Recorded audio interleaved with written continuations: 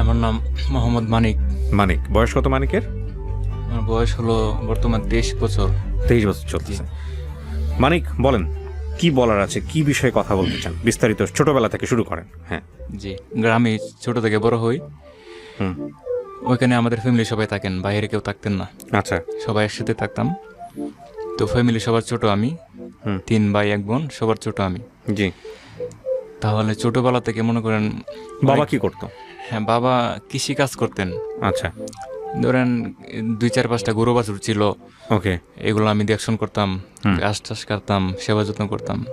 কিন্তু এক সময় দেখা গেলো কি আমি কাজকে অবহেলা করতাম, ঠিক মতো করতাম না কোনো কিছু।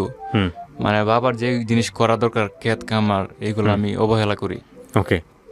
তারপর তাহলে এক পর্যায়ে দেখা গেলো কোনো কিছু করি না, দুষ্টামি করি। তারপর বাবা এক জায়গায় চাকরি দেয়, তারপর চাকরি করতে পারি না, 1 সপ্তাহ পর চাকরি ছেড়ে দিই। এভাবে অনেক জায়গায় চাকরি দেয়। এটা কি চাকরি বলতে কি খুব ছোট বয়স এটা? হ্যাঁ হ্যাঁ। বয়স বলতে কত বছর বয়স ছিল? তখন 10-11। 10-11, মানে লেখাপড়া করায় নাই? জি না, লেখাপড়া আমি করি নাই। ওকে। ওনারা অনেক চেষ্টা করছেন। ওকে। লেখাপড়ার প্রতি আমার কোনো মন ছিল না, যে কারণে এটা করতে পারিনি। ওকে। তারপর আমি এক জায়গা থেকে আরেক জায়গায় আসে পড়ি, থাকতে পারি না। ফ্যামিলি ছেড়ে, মানে মূল বিষয় হলো ফ্যামিলি ছেড়ে আমি থাকতে পারি না কোনো জায়গায়। এই কারণে কোনো জায়গা দিলে থাকতে পারি না। তারপর ওখান থেকে বাড়িতে চলে যাই। আবার 1 সপ্তাহ পর আবার আমাদের বাজারে এক দোকানে দেয়, আবার চলে আসি, থাকতে পারি না। জি। এভাবে কাটে। তারপর আস্তে আস্তে ফ্যামিলিতে থাকি, আর বাইরে কোনো জায়গা দেয় না, যেটা থাকতে পারি না। তারপর এক পর্যায়ে এভাবে থাকতে থাকি 2-4-5 বছর পরে মনে করেন ইলেকট্রিকের কাজ শিখি আমি। আমার এক বন্ধু, ও কাজ করতো ইলেকট্রিকের। জি। তো ওকে বলছি আমাকে কাজটা শেখাও বন্ধু। ও আমাকে অনেকটা হেল্প করছে, কাজটা শিখলাম। তারপর শেখার পরে অনেকদিন হেল্পার হিসেবে করলাম। টুকটাক গ্রাম অঞ্চলে ইলেকট্রিকের কাজ আমি করতে পারি, পুরোপুরি শিখি নাই। ওকে।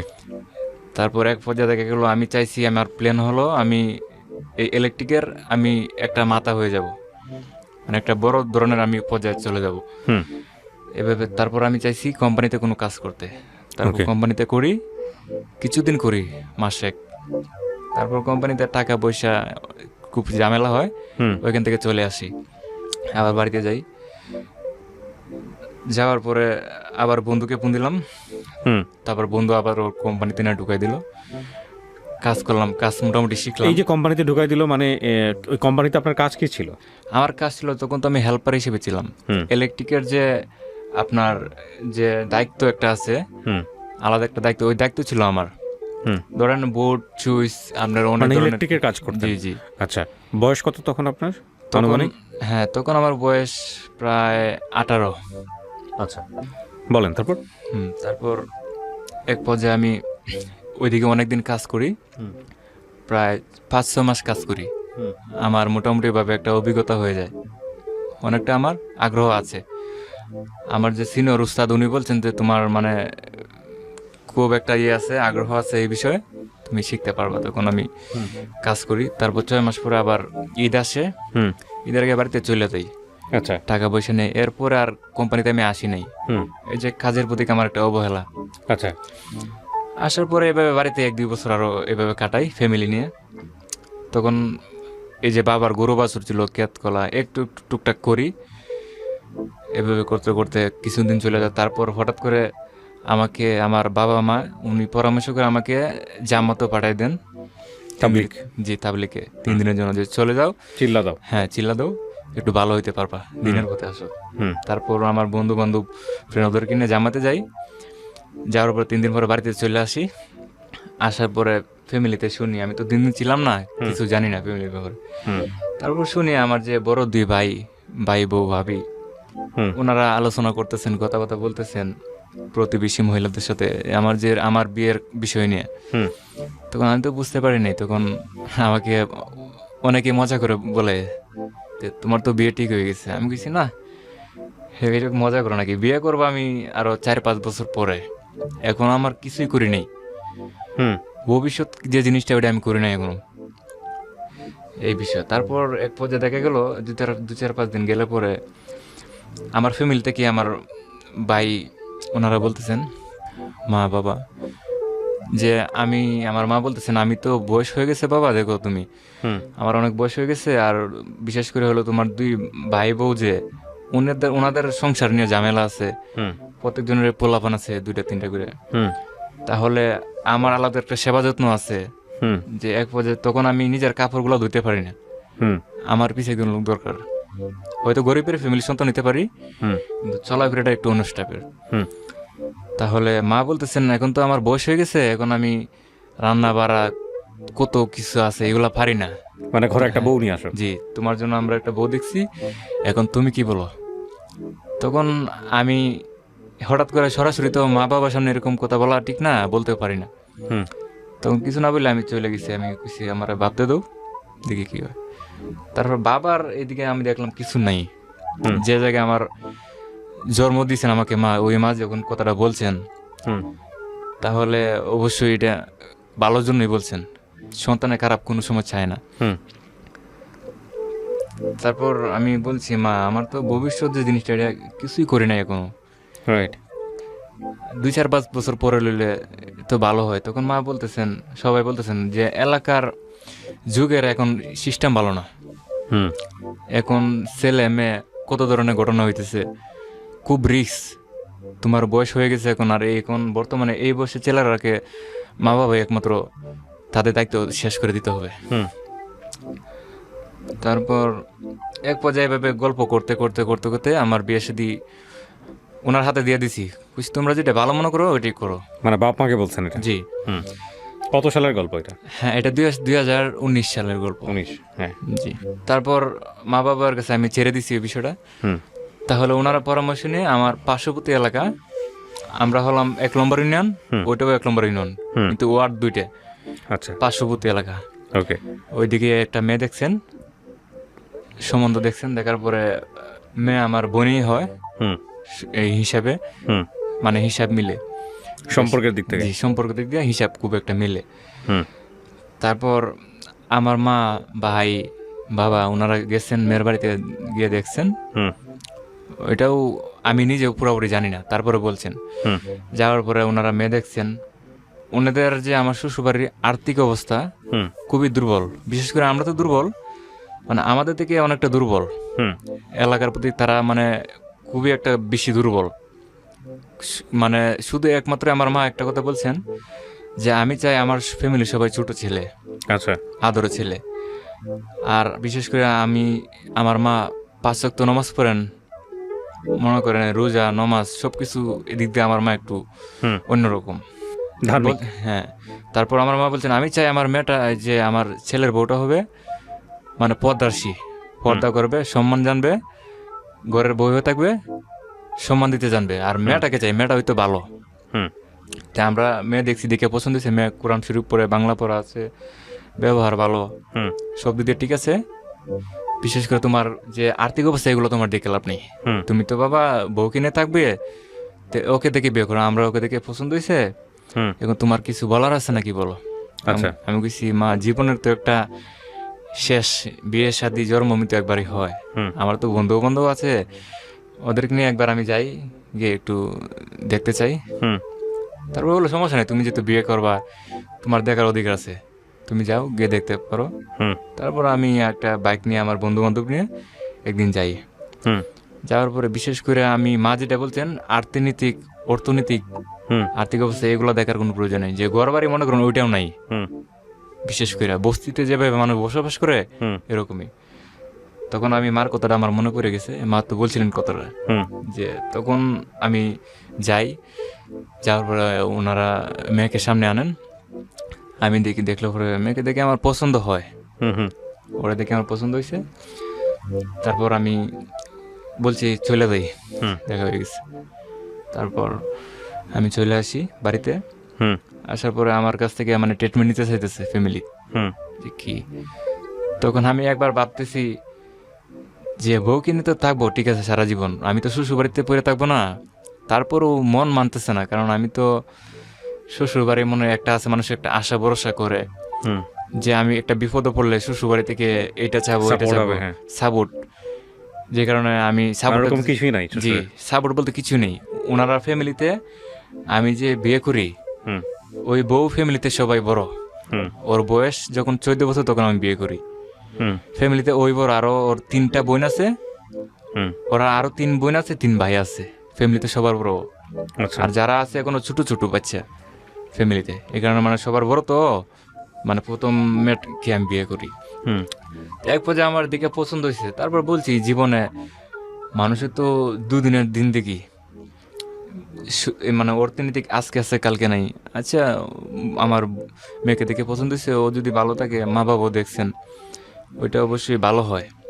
তারপর আমি ডিসিশন দিয়ে ফেলেছি বাবা মাকে, হ্যাঁ তোমরা দেখো যেটা ভালো মনে করো ওইটাই।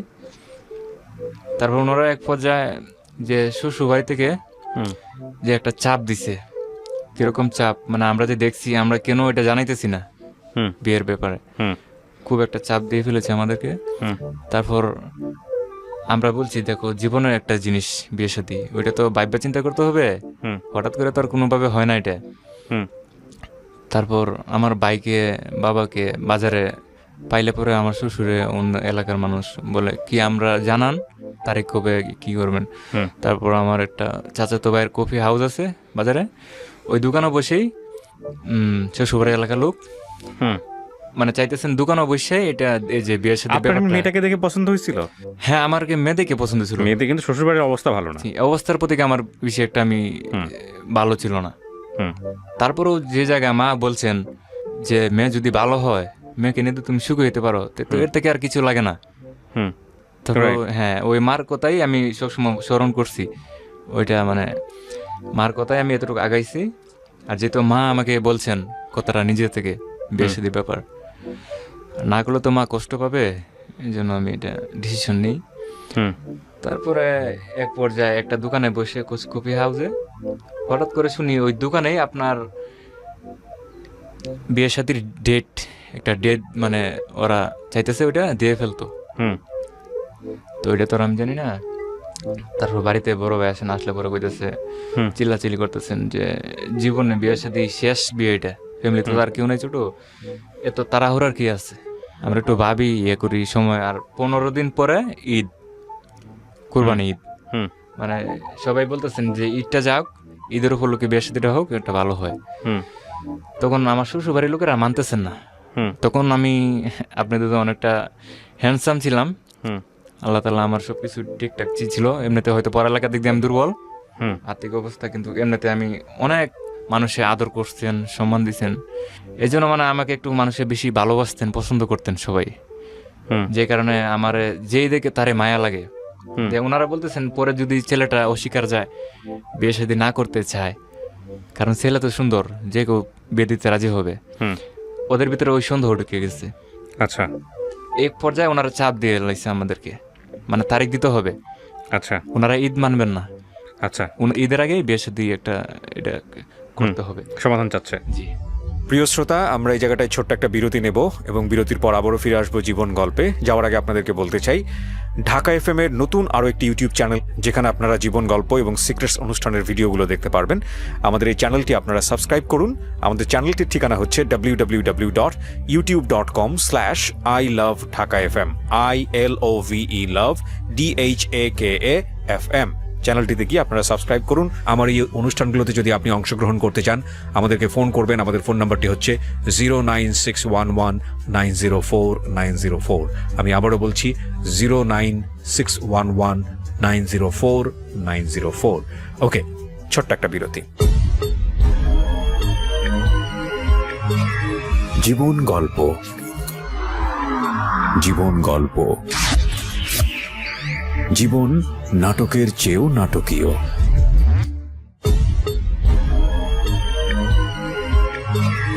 জীবন গল্প। Welcome back once again. প্রিয় শ্রোতা, আপনারা শুনছেন জীবন গল্প। আমি আরজে কিবরিয়া আপনার সঙ্গে রয়েছি। আমার এই অনুষ্ঠানগুলোতে যদি আপনি অংশগ্রহণ করতে চান, আমাদেরকে ফোন করবেন। আমাদের ফোন নাম্বারটি হচ্ছে 09611904904। আমি আবারও বলছি 09611904904। ওকে, আমরা যেখানটায় ছিলাম তারপর এখন এক পর্যায়ে আমার বাবা খুব সরল মানুষ ছিল, আগের মানুষ তো কোনো ঝামেলার মাঝে যেতে চায় না। হুম তো আমার বাবাকে তো বাবা সরল মানুষ, দোকানে বসে রয়েছেন, কপি টুপি খাইতেছে, কথা কথা বলতেছে। এক পর্যায়ে আমার বাবারে ওনারা কিভাবে হুম কি করে মানে বানায় লাইছে। হুম তারপর বাবারে রাজি করাইছে, হুম বলছেন আপনি তারিখ দিন, আপনার ছেলে তো আপনার উপরে যাইতে পারবে না, হুম কারণ আপনি হয়েছেন গার্জিয়ান, আপনার ছেলে তো আপনার কথা ফেলতে পারবে না। তো এক পর্যায়ে ঈদের 15 দিন আগে তারিখ ফেলে দেয় হুম যে শুক্রবারে বিয়ে। তখন বাড়িতে আসার পরে শুনতেছি ফ্যামিলিতে, আমি পাশের রুমে থাকি তো, আলাদা রুম আমার। হুম তে বাবা মা ওনারা ভাবি সবাই কথা বলতেছেন, এক পর্যায়ে আমি কথাগুলো শুনতেছি বিয়ে শাদীর ব্যাপারে, তারিখ ফেলে দেওয়া হয়েছে। তখন আমার অনেকটা কষ্ট লাগছে। হুম আমি বুঝছি বাবা মার কথা মতোই আমি বিয়ে শাদী করতেছি, কিন্তু আমার তো একটা মন মানসিকতা থাকতে হবে। হুম আমার তো ভাই ব্রাদার আছে, আমার তো একটা মন আছে, আমার তো অনেকটা বুঝতে হবে জীবনে যেহেতু আমি একটা বিয়ে করতেছি, ওইটা নিজে ভুল করে কোনো সময় ভুল করা যাবে না, হুম ভুল করলে পস্তাইতে হবে। রাইট তখন ওইটা আমার মাথায় ঢুকে। তখন এক পর্যায়ে আমার জীবনে একটা এলোমেলো শুরু হয়ে যায়, আমি যে ভাববো কোনো ইয়ে করবো, তখন থেকে আমি যদি একটা কথা বলি ফ্যামিলিতে সবাই রাগ হয়ে যায়, কেন তাদের কথা আমি ফেলে দেবো, হুম তাদের কথা আমার মানতে হবে, সাপোর্ট দিতে হবে। ওকে হ্যাঁ, এক পর্যায়ে বাধ্যতামূলক আমার ফ্যামিলিতে কথা বলার কোনো অধিকার নাই, যেহেতু ছোট আমি, না বলার কারণে বাধ্যতামূলক আমার ওইটা মেনে নিতে হয়েছে ওকে বিয়ের ব্যাপারটা। হুম তারপর বলছি আমি কিছুই বলবো না, কিছুই শুনবো না, চোখ দিয়ে দেখবো, কান দিয়ে শুনবো। আর আমার বড় যেহেতু ওনারা মুরব্বী, ওনারা যেটা বলেন ওইটাই। হুম তারপর এক পর্যায়ে শুক্রবার, তারিখটা আমার সঠিক মনে নেই, বিয়ের তারিখ ফেলে দেয়। এর 11 দিন বা 12 দিন পরে কুরবানি ঈদ। আমার অনেকটা আফসোস যে অনেক জায়গায় বাহিরে আমার বন্ধু বান্ধব থাকে, ভাই ব্রাদার থাকে, আত্মীয় স্বজন, ওনারা বাড়িতে আসবেন। হুম আমার খুব শখ ছিল আমি শেষ বিয়ে করতেছি যখন একটু মানে ভালোভাবে করব, যেন একটু খুশি থাকে মন, হুম সবাই জানে। তো ওইটা আর করতে পারিনি, ঈদের আগেই তারিখ ফেলে দে। হুম এর মাধ্যমে আমি ওই মেয়ের সাথে একটু লম্বার নিয়ে যোগাযোগ করি, আমার যে ওয়াইফ, কথাবার্তা বলি। হ্যাঁ, কথাবার্তা ভালোই লাগে অনেকটাই, মোটামুটিভাবে স্কুলও পড়ালেখা করতো সে এলাকাতে। মানে ভাবছি তার কথাবার্তা শুনে তার মেধা শক্তি ভালো, আচার আচরণ সব কিছুই ভালোই হবে, খবরটা আমার ভালোই হবে, খারাপ না। হুম তারপর এক পর্যায়ে আমার একটু মানে কথা বলতে বলতে আমার একটু ভালো লাগে, হুম মানে মনের ভিতরে একটা উৎসাহ জাগে। এভাবে কিছুদিন যায়, তারপরে বিয়ের তো সময় মানে চলে আসছে, বেশি দেরি নেই, কাউকে জানাইতে পারে না কিছু না। এক পর্যায়ে সময় চলে এসে তারপর আমি রেডি হই, সেদিন আমি বিয়ের জন্য প্রস্তুত। শুক্রবারে আমি বউকে আনতে যাব। আচ্ছা তখন যাই গাড়ি টাড়ি নিয়ে, শ্বশুরবাড়ি এলাকা তো পার্শ্ববর্তী এলাকা, কোনো মানে ঝামেলা নেই, মানে এলাকা থেকে আমাদের এলাকা থেকে হাঁটতে গেলেও 5 মিনিট সময় লাগে, খুবই কাছে। তারপর যাই, মানে এক পর্যায়ে শেষে আমি বউকে উঠা নিয়ে আসি বাড়িতে। আচ্ছা আসার পরে তো বিয়ের কাজ বিয়ে শেষে, করলেন কত সালে তাহলে? বিয়ে করে আমি 2019 সালে, 2019 সালে। আজকে থেকে প্রায় 2 বছর হয়। ওকে, মেয়ের বয়স কত ছিল তখন? তখন মেয়ের বয়স ছিল 14 বছর। ওকে তো এখন থেকে প্রায় 2 বছর হয় বিয়ের আমার বয়স। আমি আর বাইরে যাই না, যেহেতু বিয়ে শাদী করছি, বাড়িতে থাকি, এভাবে সময় যায়। তারপর শ্বশুর বাড়ি থেকে লোক আসে, কাছাকাছি তো অনেকে আসে, আসা যাওয়া করে, এভাবে ভালোই 1-1.5 মাস কাটতেছে। সব দিক দিয়ে ভালোই পাইছি আমি, শ্বশুর শাশুড়ি, আচার আচরণ, মানে সবাই বলতেছে এলাকা বিয়ে লইছো খুব ভালো, তোমার শ্বশুর ভালো আছে, শাশুড়ি ভালো আছে, মানে এইভাবে খুব একটা ভালো লাগতেছে। এভাবে যায় কিছুদিন, তারপর কিছুদিন পর আমার যে ওয়াইফ, আমি তো প্রায় 2 মাস হয়ে যায় বিয়ের বয়স, তারপর একটু মানে অর্থনৈতিক অবস্থা খুব দুর্বল হয়ে যায়, মানে চাইছি আমি বাইরে যাওয়ার লাগবো আবার কাজ কামের জন্য, কোম্পানি থেকে ফোন আসছে। তারপর এক পর্যায়ে আমি আবার বউকে রেখে আমি বাইরে চলে যাই নেত্রকোনা কোম্পানি কাজে। তারপর কিছুদিন কাজ করি, প্রায় 1 সপ্তাহ হয়ে গেছি বাড়ি থেকে। তখন আমার ওয়াইফে আমাকে ফোন টোন দেয়, মিস করে, আমিও মিস করি। প্রথম বিয়ে করে তো থাকা যায় না দূরে বেশি, তারপর কথাবার্তা বললে বেশি মায়া লাগে, বাইরে থাকতে পারি না। আচ্ছা এক পর্যায়ে আমার অনেক কষ্ট লাগে, কথা বললেই কষ্ট হয়, থাকতে পারি না ফ্যামিলি ছেড়ে। তারপর আমার বউ বলতেছে তুমি চলে আসো বাড়িতে, দরকার নাই টাকা পয়সা কোনো কিছু, দরকার দিলে আমরা না খেয়ে থাকবো। হুম তো আমাকে সান্ত্বনা দিল। আমি বলছি দেখো বিয়ে শাদী করছি, সব কিছু দরকার, অর্থনৈতিকটাই দরকার একটু বেশি, টাকা পয়সা, কারণ আমাদের সামনে ভবিষ্যৎ ভবিষ্যৎ আছে তো। তারপর আমি 15 দিন কাজ করার পরে আমি বাড়িতে চলে আসি। আসার পরে এর ভিতরে সে বাড়িতে গেছে, আসা যাওয়া করছে, ওইটা আমি জানি না। হুম ও যে বাবার বাড়িতে গেছে অনেকবার গেছে এই 15-20 দিনের ভিতরে, কিন্তু সেটা আমাকে বলে নাই। আসার পরে খবর পাইছি 2 দিন 3 দিন পরে পরে বাপের বাড়িতে যায়, আসা যাওয়া করে। হুম তারপর আমি তো ভাবছি যা প্রথম প্রথম তো হয়তো একটু মনে পড়ে বেশি হুম ফ্যামিলির বিষয় নিয়ে, এই জন্য যায়, সমস্যা নেই। তখন যে মূল একটা বিষয় এখানে, এখানে তার মনের ভিতরে একটা খুব দুর্বলতা আছে, হুম সেটা আমি খুব পরে জানতে পারি। কিছু কিছু লোকে আমাকে বলে, কিন্তু ওটা আমি বিশ্বাস করি না। কি বলে, আপনি কার মাধ্যমে জানতে পারেন? এরকম ভাবে বললে হবে না, একদম এক্সাক্ট তথ্য লাগবে আমার। হ্যাঁ হ্যাঁ, আমাদের যে প্রতিবেশী মানুষ হুম বা শ্বশুরবাড়ি এলাকার মানুষ, হুম কারণ পার্শ্ববর্তী এলাকায় বিয়ে নিছি তো, এই এলাকার অনেকের সাথে আমার পরিচিত আগের থেকেই। হুম যারা পরিচিত ওনারা আমাকে বলেন যে তোমার বউ তো কি ব্যাপার, তুমি থাকো বাহিরে আর তোমার বউকে বাড়িতে ফেলে চলে যাও, হুম ও তো 2 দিন পরে পরে বাড়িতে যায়, এটা তো ভালো না, বাড়িতে যাওয়া আসা যাওয়া। আমি বলছি ওটা তো আমার ব্যক্তিগত বিষয় ভাই, ওটা আমার ফ্যামিলির বিষয়, আমার ওয়াইফ বাড়িতে যাবে আসবে, সমস্যা কি? তারপর ওরা ওরা আর কিছু বলে না। তারপর আবার কিছুদিন যায়, আমি কোনো জায়গায় চলে গেলে ও বাড়িতে যায়। তারপর আবার এই যে আমাকে ওই লোকগুলা বলে যে এগুলো কিন্তু ভালো না, বেশি বেশি বউকে মানে ছেড়ে দেওয়া, আচ্ছা শাসন করতে হবে। তারপর মানুষের কথা আমি কান দিই না, এটা আমার পার্সোনাল বিষয়। তারপর এক পর্যায়ে আমাকে একজনে আমার কানে কথাটা নিউজ দেয় যে আমার ওয়াইফ নাকি ওদের এলাকার একটা ছেলের সাথে সম্পর্কটা অনেক দিন ধরে, আমাদের যে বিয়ের প্রায় 1-2 বছর আগে থেকে এই সম্পর্ক। হুম যেই ছেলের সাথে সম্পর্ক, ওই ছেলে মানে আমার ওয়াইফকে বিয়ে করতে চাইছিল, প্রস্তাব দিছিল, কিন্তু আমার শ্বশুর মানে ওইটাতে মানে রাজি হয় নাই, আচ্ছা কারণ ছেলে ভালো না, ছেলে নেশাখোর, তার স্বভাব চরিত্র বিষয়টা ভালো না। হুম এই জন্য মানে ছেলেটা খুব ডিস্টার্ব করতো ওকে আচ্ছা বিয়ে করার জন্য। এটাও একটা টর্চারিং করার উপরে, ধরুন স্কুলে গেলে পরে গেটের সামনে দাঁড়ায় থাকতো, ডিস্টার্ব করতো। এক সময় দেখা গেল হাতে ধরে ফেলে, মানে খুব মানে একটু টর্চারিং করে। তারপর ওই বিষয়টা কি আমার ওয়াইফ বিয়ের পরে আমাকে বলে, যে বিষয়টা এখন বলতেছি, হুম যে ওই ছেলে খুব ডিস্টার্ব করতো, মানে চাইছিল ওকে বিয়ে করতো, যে কারণে ওকে মানে বিয়ে করার জন্য তাকে অনেক কিছু মানে জাদুটনা করছে সে, হুম যেন তাকে কেউ বিয়ে না করতে পারে, বিয়ে করলেও যাতে কারো সংসার এটা বেশি দিন টিকবে না, আচ্ছা এরকমভাবে সে একটা সাজায় রাখছে। তারপরে এক পর্যায়ে যখন ওই ছেলের কাছে বিয়ে দিতে রাজি হয় নাই, হুম আমার কাছে বিয়ে দিছে, তখন ওই ছেলে তো এগুলো আপনি জানছেন কার কাছ থেকে? হ্যাঁ আমার শোনা যে- কথা? হ্যাঁ আমার যে শ্বশুরবাড়ি এলাকার লোক, হুম কিছু লোকের সাথে আমার বন্ধু বান্ধব ছিল পরিচিত, যারা সত্য কথা বলেন, হুম ওনাদের কাছ থেকে আমি শুনছি। তখন আমি বিশ্বাসের উপরে হুম আমি প্রমাণও পাইছি। প্রমাণ কি পাইলেন আপনি? প্রমাণ যখন আমাকে একজন একটা কথা বলেন এই বিষয়ে, তখন তো একটা ভিতরে দুর্বলতা আসে। হুম মানে এক ধরনের কোশ্চেন তৈরি হয়। হ্যাঁ, আমার ওয়াইফ এটা কি সত্যি না মিথ্যা, মানুষে বলে এরকম হয়। হুম বাপের বাড়িতে গেলে পরে বলে এই ছেলেদের সাথে আড্ডা মারে, মজা লয়, হুম মানে যা মন চায় তা করে, নিজের স্বাধীনতা, মানে আমার কোনো পারমিশন নেই না, হুম এরকমটা শুনি। শোনার পরে তো আমার খারাপ লাগে মানুষের কাছ থেকে শুনে। তারপর আমি ভাবছি এক পর্যায়ে তো আমার একটা বিষয়টা দেখার দরকার, ফলো করা দরকার।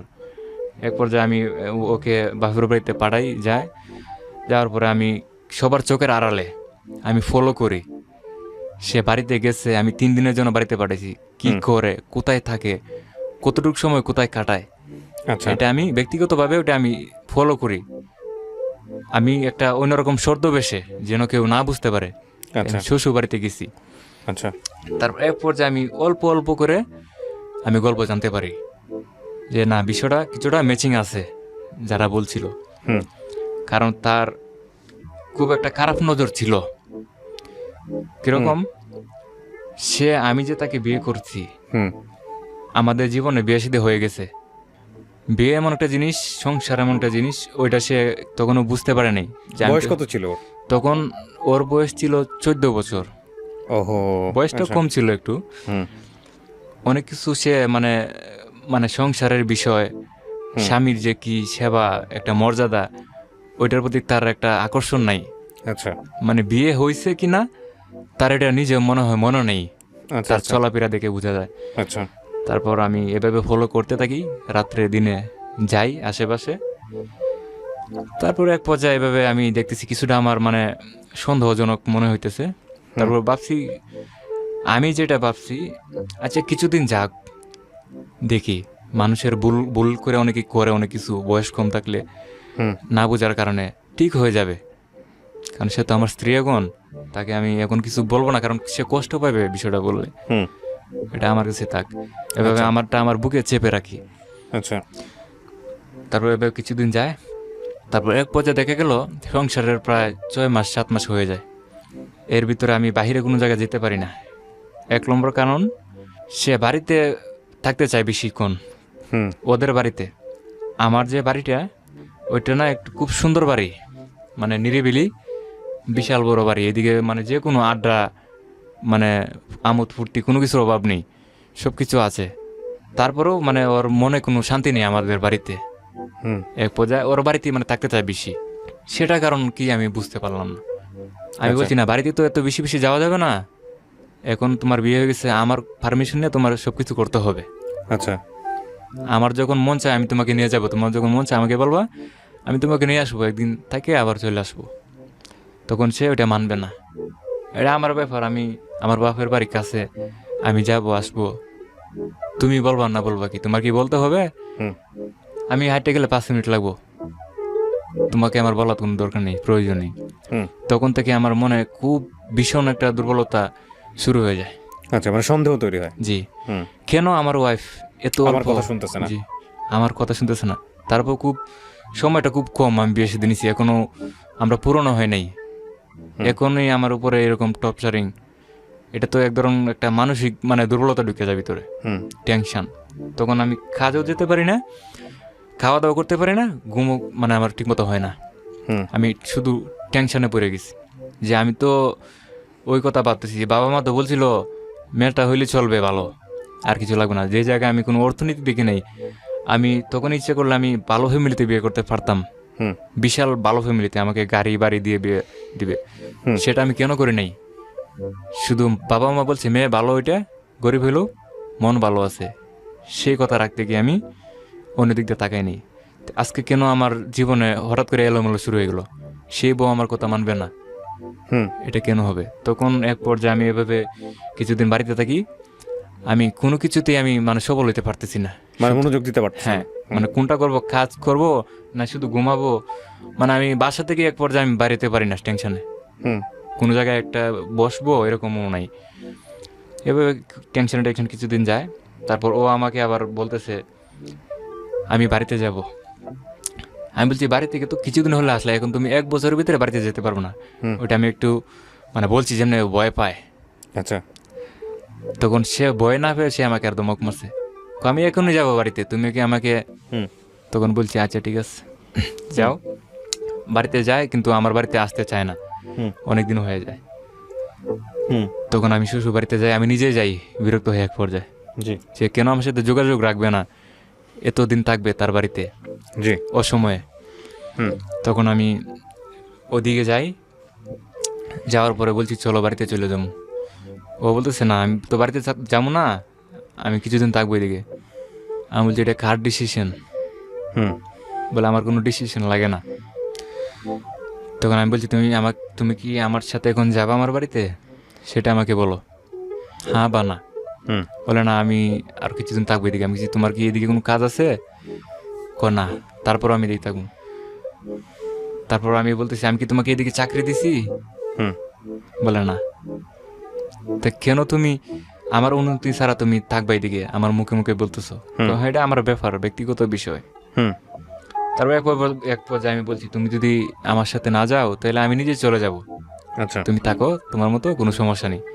আচ্ছা আমারও কাজের একটা চাপ আছে। যেহেতু যাবে না, তখন আমি একা একাই একটু পানি পর্যন্ত খাই নেই। সেও বলে নাই যে বসো একটু পানি খাও, হুম একটু রেস্ট নাও। তারপর আমিও রাগে, যেহেতু আমার সাথে যাবে না, হুম আমি একা বাড়িতে চলে যাই।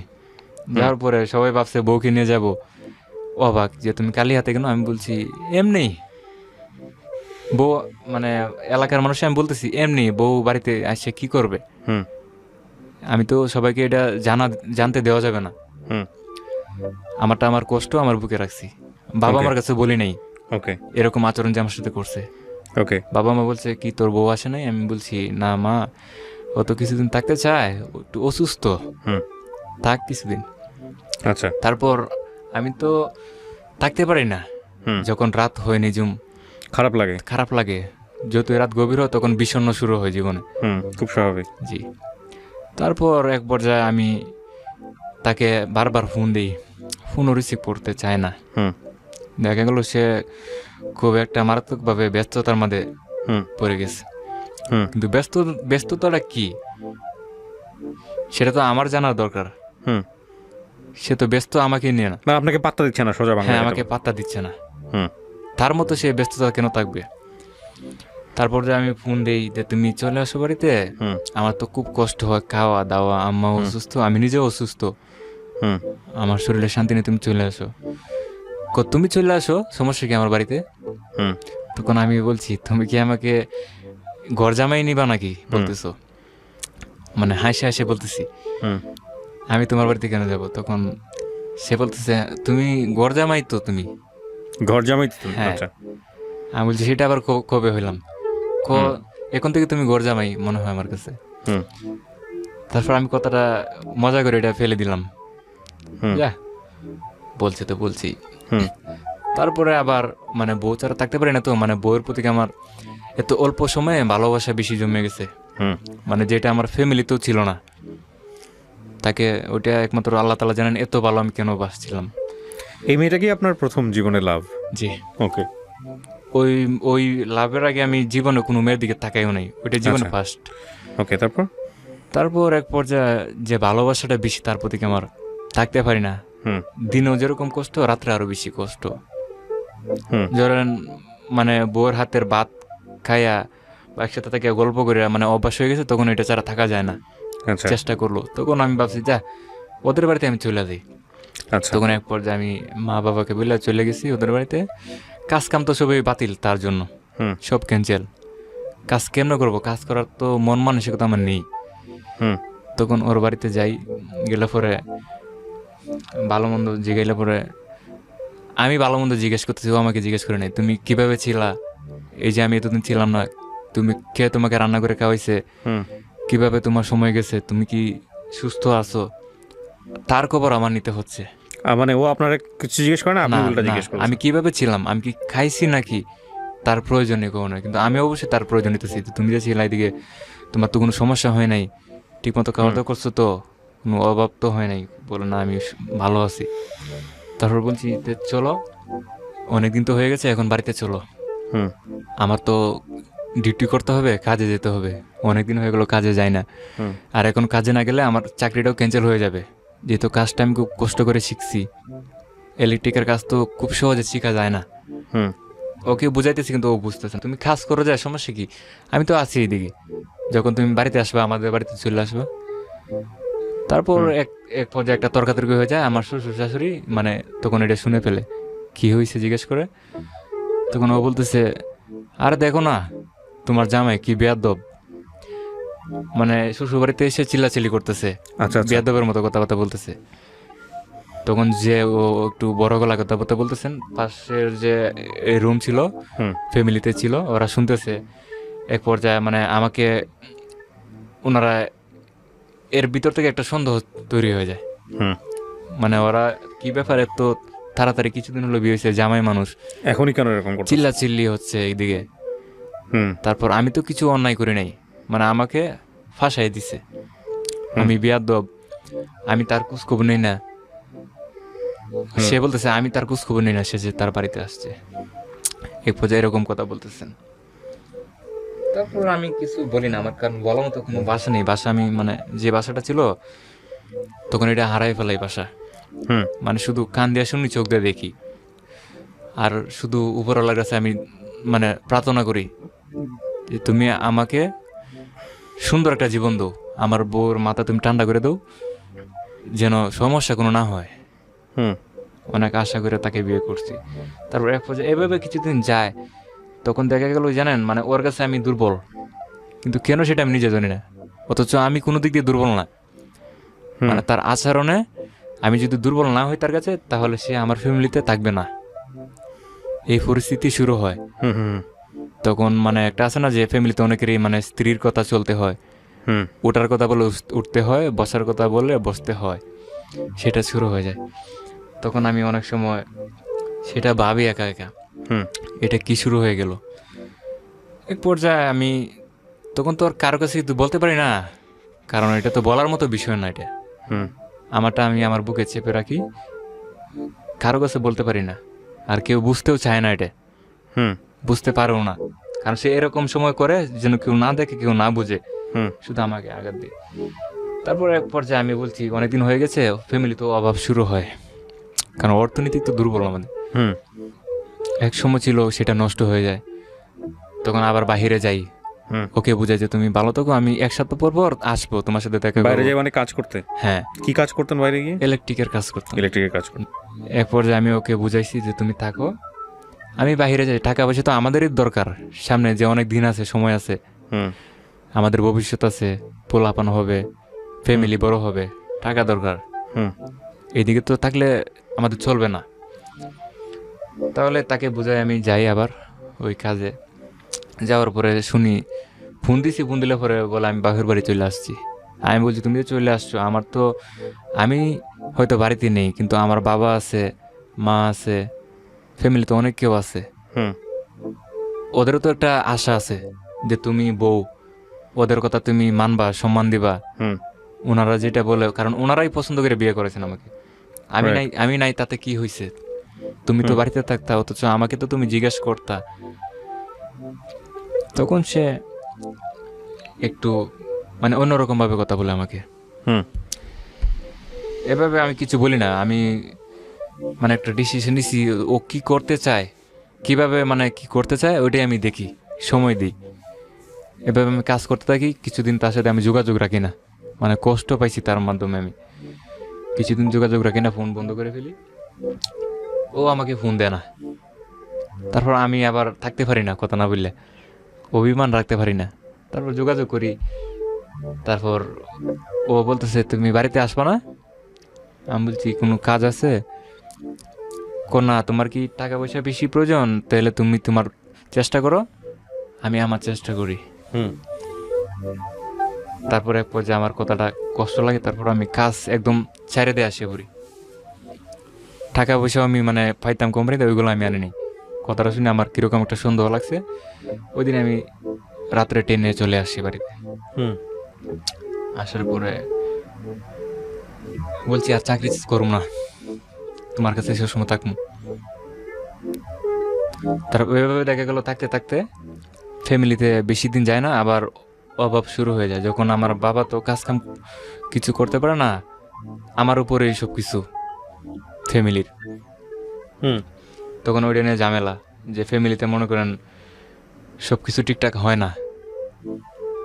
তখন আমার বাবা আমাকে 2টা গরু কিনে দেয়, কিছু ক্ষেত মানে জমা এগুলো রাখি আমাকে দেয়, যে এই ক্ষেতগুলো তুমি করো, দান করো, কর্ম করো, এখান থেকে তুমি ফলাফল ভালো পাইতে পারবা।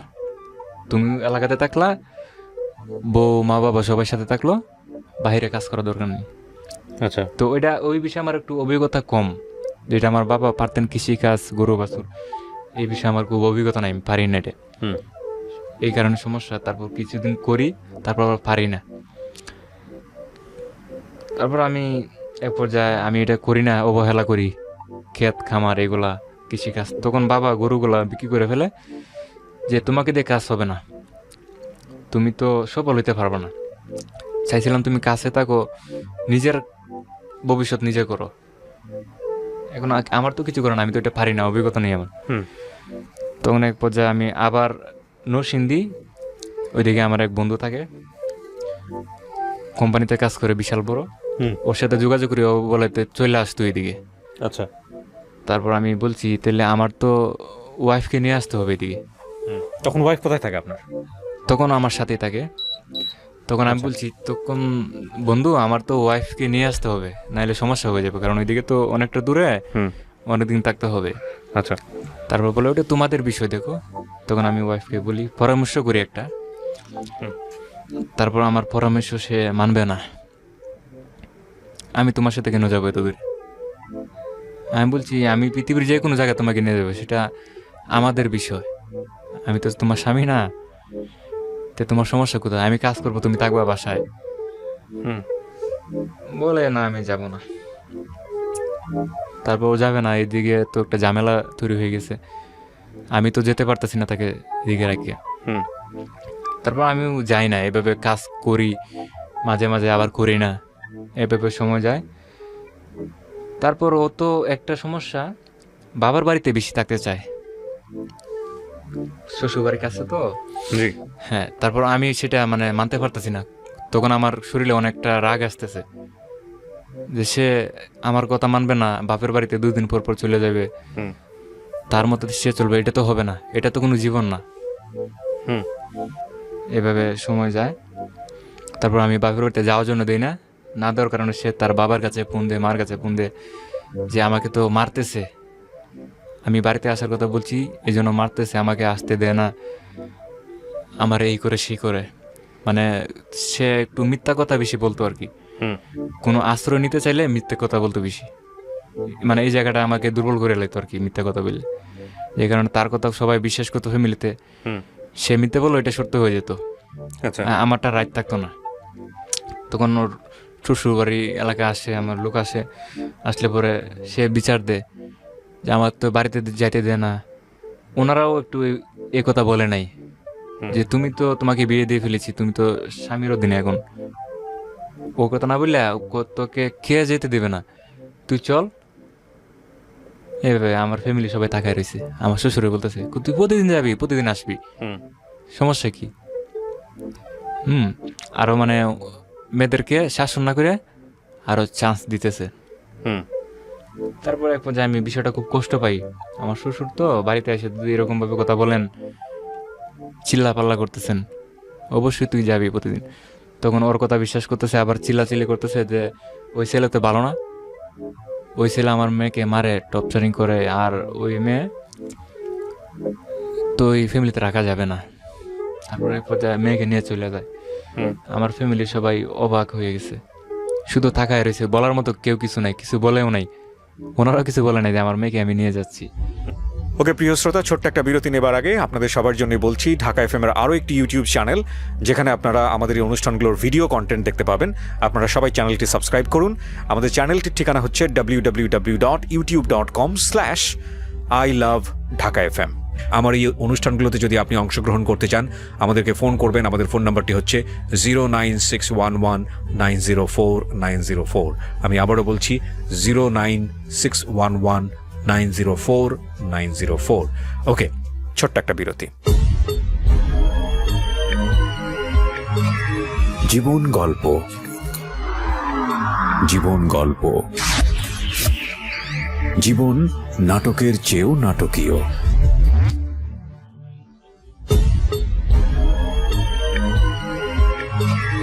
জীবন গল্প।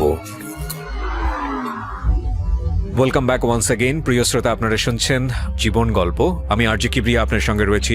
আমার এই অনুষ্ঠানগুলোতে যদি আপনি অংশগ্রহণ করতে চান, আমাদেরকে ফোন করবেন। আমাদের ফোন নাম্বারটি হচ্ছে 09611904904। আমি আবারও বলছি 09611904904। ওকে, আমরা যেখানটায় ছিলাম তারপর। আমার ভিতরে অনেক কষ্ট তৈরি হয়, সময় যায় আর কষ্ট বাড়ে। তারপর বাবা মাকে আমি এক পর্যায়ে বলি যে এরকম কেন হইতেছে। তারপর আমরা কি বলবো, তোদের ভিতরে কি হইতেছে না হইতেছে ওটা তোরাই খুব জানোস, তো আমি জানি না। তুই কিছু করছস, কিছু মানে বলছস, কোনো খারাপ আচরণ করছস, আমি না কিছু না। তার এক পর্যায়ে সে বাড়িতে যাওয়ার পরে ওই যে তার বাবা নিয়ে গেল, প্রায় 15 দিন, এই যে 15-16 দিন হয়ে যায়, কোনো খবর টবর আসে না। আচ্ছা। ওইখানে থাকতেছে। তারপর আমি ফোন দিই, সে কথাবার্তা বলে আমার সাথে, জাস্ট এতটুকুই, কথা বলার মাধ্যমে একটু মজা। কিন্তু সে মানে এরকম ভাবতেছে না যে আমার স্বামী, বা আমিও এরকম মানে অনুভূতি পাইতেছি না সে আমার স্ত্রী। হুম। মনে হইতেছে দুজন দুজনকে চিনি না, অপর। তারপরে এক পর্যায়ে আমার একটু অভিমান হয়ে যায়, খুশি ওর সাথে যোগাযোগ রাখবো না, আমি বাইরে চলে যাবো কোম্পানিতে, ওকে। যেহেতু আমার কথা শুনে না, দেখি সে কি করতে চায়। তারপর এক পর্যায়ে আমি আবার বাইরে চলে যাই, কাজে কাজ করি। কাজের মাঝে তো আমার মন নাই, কাজ করতে গেলেও আমি কাজ করতে গেলে হাতে থেকে জিনিস পড়ে যায়, ওকে। কারণ এই বিষয়গুলো মানে খুব মনে পড়ে বারবার। ওয়াইফ তখন কি আপনার কন্ট্রোলের বাইরে একদম? জি, একদম কন্ট্রোলে আনা আমার জন্য সম্ভব না। হুম। তারপর আমার সাথে যারা কোম্পানিতে কাজ করে ওরা বুঝতে পারতেছে যে আমার যেমন কষ্ট। ওরা জিজ্ঞেস করতে, কি হয়েছে তোমার, বলো। আমি বলছি, না, আমার শরীর একটু দুর্বল। হুম। ওরা তো বুঝতে পারতেছে না, ওরা আমাকে দোকানে নিয়ে যায় চিকিৎসা করে, মেডিকেলে নিয়ে। হুম। কিন্তু আসলে এরকম কিছু না, আমি মানে বলতে পারতেছি না এই বিষয়টা কেউ কাছে। আচ্ছা। কেন বলবো আমি একজনের কাছে, ফ্যামিলির বিষয়। এভাবে আমি চেপে রাখি। এরপরে আমার কাজ কামও ভালো লাগে না, কাজ কাম করছি যে আমি কতদিন করছি, টাকা পয়সা কত পাই, এগুলো আমার মানে খুব ইচ্ছে হয় না হিসাব নেওয়ার। হুম। এভাবে আমি ফালাই আবার হঠাৎ করে বাড়িতে চলে দিই, মন খারাপ হয়ে গেছে একদিন, বাড়িতে চলে দিই। তারপর বলে হঠাৎ করে, তুমি চলে আসলা। বাবা মা বলতেছে, আমি আমার ভালো লাগতেছে না এদিকে, আমার মানে বাড়িতে ছাড়া আমি থাকতে পারি না, এই জন্য আমি আসছি। তারপরে এভাবে থাকতে থাকি কিছুদিন। আমার ওয়াইফ তো আমার খোঁজ খবর নেয় না, আমি ফোন দিলেও ফোন রিসিভ করে না।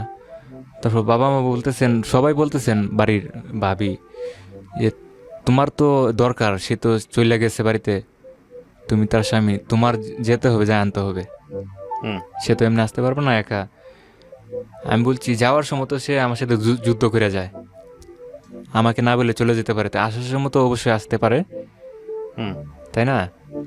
তারপর ওনারা আমাকে মানে লজ্জা দেয়, তুমি এটা বললো না, কারণ তোমার স্ত্রী, তোমার যে আনতে হবে, গ্রহণ করতে হবে, সেটা তো আমি জানি, কিন্তু আমার তো সেই অনুভূতি নাই। হুম। আমি যে শ্বশুর বাড়িতে যাবো, জামাই হিসেবে একটা সম্মান পাবো, এই সম্মানটা তো আমি পাই না। রাইট। কারণ আমার ওয়াইফ পরিচয় দিতে হবে ওনাদের কাছে যে উনি আমার স্বামী, উনি আমার অমুক লাগে, উনি আমার অমুক লাগে, সেটাও একটা শান্তির বিষয়, সেটাও আমার হচ্ছে না, আরো দূরে দূরে রাখে। মানে এমন পরিস্থিতি যে কেউ জানে না আমাদের যে বিয়ে শাদী হয়েছে, সে বুঝতে দেয় না। তারপরে আমার পুরনো কথা মনে পড়লো, ওই যে আমার প্রতিবেশী বন্ধু বান্ধব বলছিল বিষয়টা, যে তার ভিতরে একটা সমস্যা চলতেছে। হুম। তখন আমি খোঁজ খবর নেই সে কি করতেছে। তখন আমি একটু খবর পাই যখন সে তার বাবার বাড়িতে থাকে, যে ছেলেটা তাকে বিয়ে করতে চাইছিল, সে যতদিন তার বাবার বাড়িতে ছিল ততদিনে ওই ছেলেটার বাড়ি অনেকটা দূরে, 1 ঘন্টা 1.5 ঘন্টা রাস্তা, সেখান থেকে ওইখানে আসে। আমার শ্বশুর বাড়ির পাশে একটা দোকান আছে, ওইদিকে আড্ডা মারে অনেকেই। রাত্র হয়ে গেলে অনেক জায়গায় মানে ব্যস্ততা হয়ে যায়, তখন নীরব হয়ে যায়, ওদের সাথে একটু কথাবার্তা হয়, যেটা স্বাভাবিক। আমাকে সবাই বলে এটাই স্বাভাবিক, বলতেই পারে যেহেতু পরি। তখন আমি বলি, ও তোমার কি লাগে ছেলে? আমার চাচা লাগে। ওই ছেলে যেটা মানে বিয়ে করতেছিল সম্পর্কে চাচা হয়। হুম। পরে আমার সাথে পরিচয় করেছে, আমার চাচা লাগে। আমি বুঝছি, হ্যাঁ। এক পর্যায়ে আমি জিজ্ঞেস করি, আপনি কি করেন? আমি তো কিছু করি না, এভাবে ঘুরি আর খাই। তখন বলছি, মানে ওই ছেলেটার সঙ্গে ওর সম্পর্ক আছে বলে আপনি ধারণা জি জি, করতেছেন? আমার মানে একটু ধারণা আসতেছে। হুম। তখন আমি বলি যে, আপনি তো আমার চাচা শ্বশুর, বয়সে হয়তো ছোট হইতে পারে, সম্পর্কে চাচা শ্বশুর। তারপর আমি সম্মান করি, যে তো সে আমার চাচা শ্বশুর, ওকে আমার সম্মান দিতে হবে। সে চাচাটাকে অবশ্যই আমারও চাচা শ্বশুর ডাকতে হবে, সম্মান দিই। তারপর আমি আর এদিকে কোনো সন্দেহ নেই না, এই তো চাচা। হুম। তখন সে বলতেছে, আমি জিজ্ঞেস করছি, কি কথাবার্তা বললা তুমি?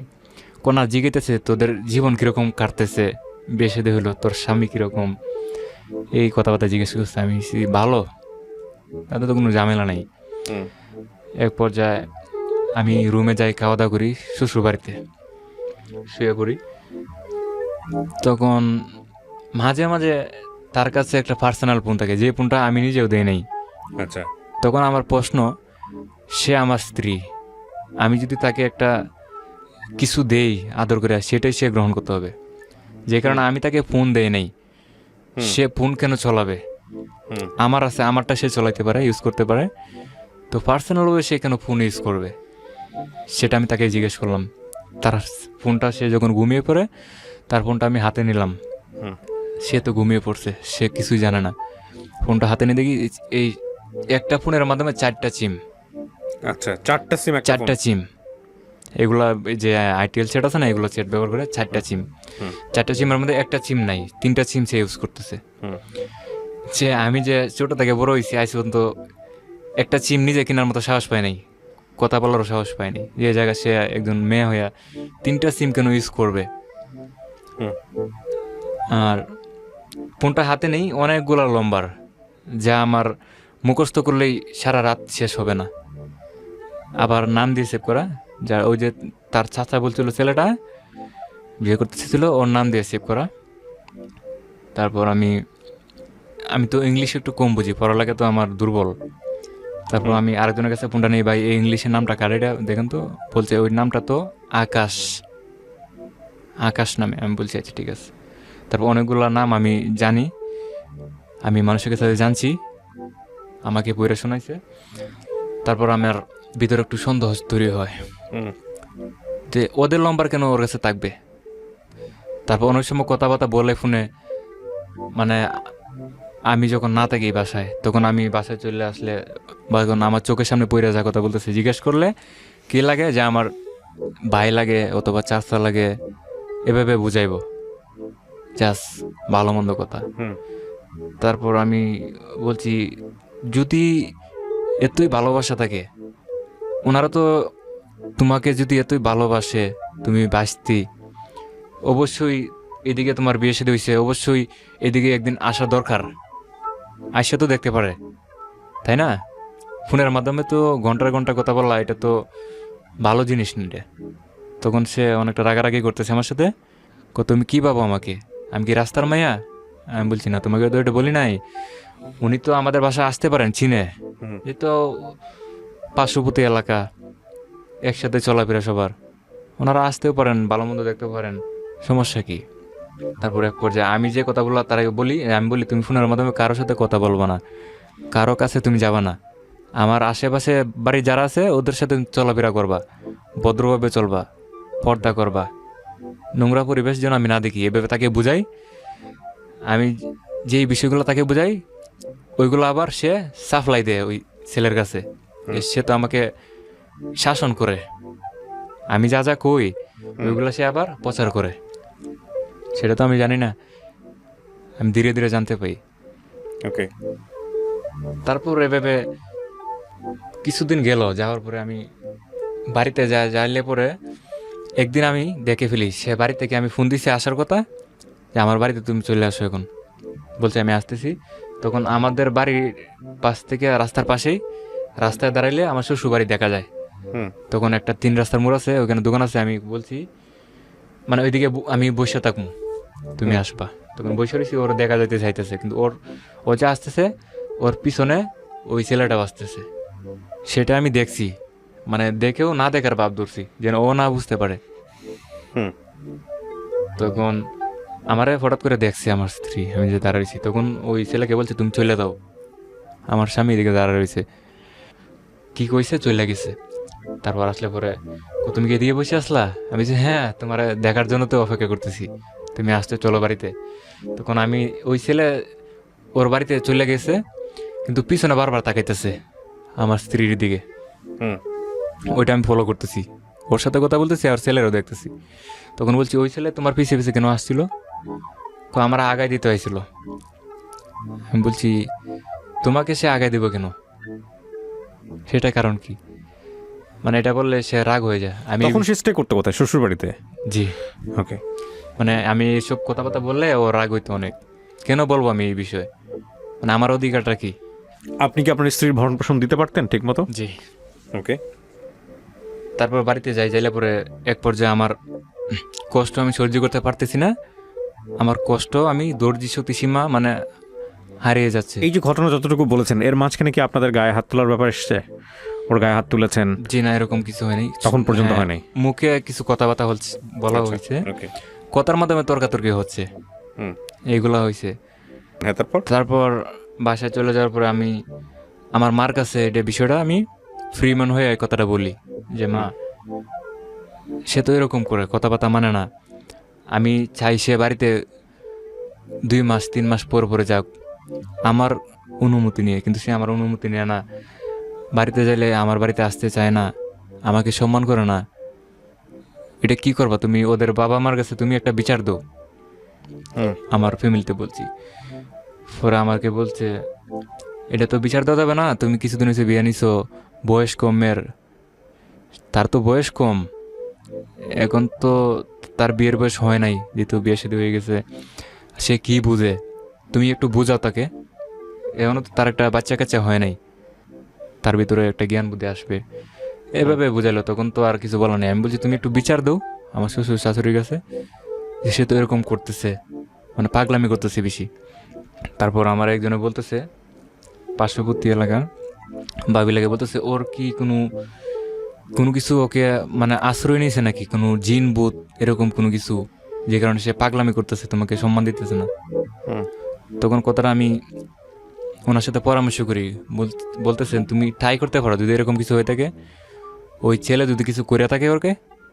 তারপর ওই ভাবির কথা আমি কানে নিই, নেওয়ার পরে বলছি কথাটা তো সত্যি, একটু দেখার দরকার। তারপর আমাদের ওই যে এলাকায় একজন বড় হুজুর আছেন, উনি অনেক কিছু পারেন, ওনার কাছে চলে যাই যে হুজুর আমার তো এই পরিস্থিতি। আবার ওই হুজুরের কাছে আমার ওয়াইফ ওই মাদ্রাসায় পড়ছিল, আমার হুজুরে আমার ওয়াইফকে চিনে, বলতেছে তুমি কি ওকে বিয়ে করছো? আমি বলছি জি হুজুর। তুমি তো অনেক বাগিদার, সে কোরআন শরীফ পড়ছে আমার মাদ্রাসায়, অনেক ভালো মানুষ হুম। মেয়েটা, তুমি বাগিদার, তুমি সুখী হইতে পারবা? আমি বলছি জি হুজুর, আপনার তো আমি সুখী আছি, এখন কেন আসছো? আমি বলছি হুজুর আমার তো একটু সমস্যা হয়ে গেছে, যে বিয়ে করছি আমি, এই এতদিনের ভিতরে এরকম ঘটনা। পরে হুজুরে বিশ্বাস করতেছেন না, তুমি বলো কি, সে তো এরকম করবে না, সে আমার ছাত্রী আমি জানি।